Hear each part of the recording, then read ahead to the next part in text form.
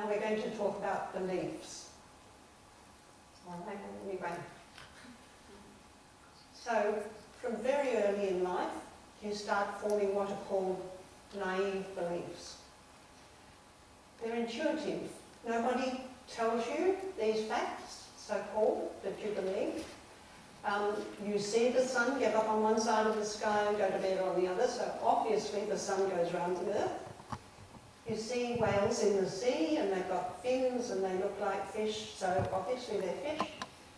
And your mum tells you to go and put on a nice warm coat, that'll make you warmer, so you think that the coat itself produces the heat.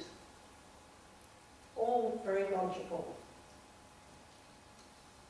Then along come all these scientific beliefs, or facts. I hesitate to call them facts because, you know, it keeps on changing and Pluto's no longer fact, so you can't trust anything.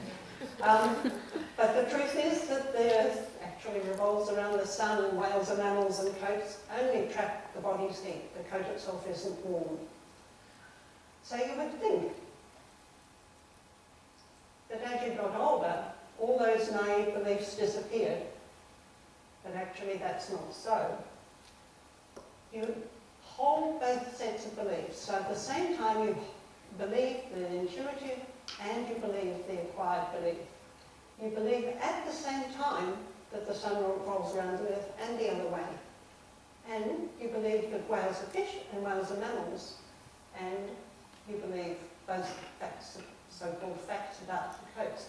And if you think to some time when you were not thinking about something, say it was about the sun revolving around the Earth, and somebody suddenly asked you a question about it and your naive belief didn't agree with fact, you'd go, and then you give the answer. There's a hesitation. If you haven't noticed that yet, you probably will.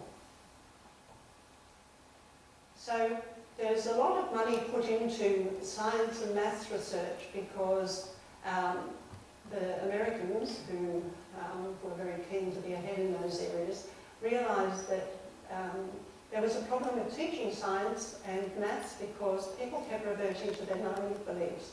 So they paid a lot of money into this research, and we're the benefactors of that. So this is one of my favourite ones. The heat produced by them, I should say, there are 150 scientists in different modes, and graduates. And they were asked true or false questions in 10 domains.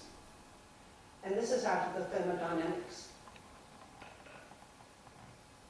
So the naive belief about heat and ovens is that it's true, and everybody knows it's true. So those two beliefs are scientific, are consistent. Then, heat being produced by rain, children don't think that's true, and it's not true, so again the belief is consistent. Heat's produced by coats, as we discussed. The beliefs are different. So in other words, they're inconsistent, which is the term we use. And heat being produced by pressure, children don't think that's true, but it actually is true. So the beliefs, again, are scientifically inconsistent. Now we found out that through this study, scientific knowledge suppresses the naive beliefs, but it doesn't actually replace them. Now, this is the reason. Inconsistent beliefs.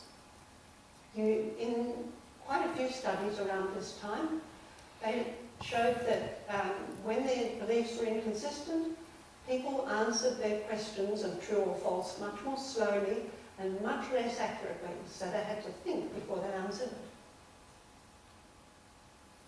If they were told that they didn't have very long to do the test, then they made many more naive comments. They said the sun goes around the Earth, for instance. And when they were put under cognitive pressure, either somebody's speaking to them at the same time or they were asked to do two tasks at once or something like that, they made far more naive responses. This is the reason. The consistent beliefs are dealt with in the older part of the brain here, and the inconsistent inconsistent beliefs require thinking, so it's slower and analytical and conscious. So it does mean that if you're under pressure, you haven't got time to go through that thinking process, so you opt for the naive process, or the naive belief, which will avoid having to go through the thinking process.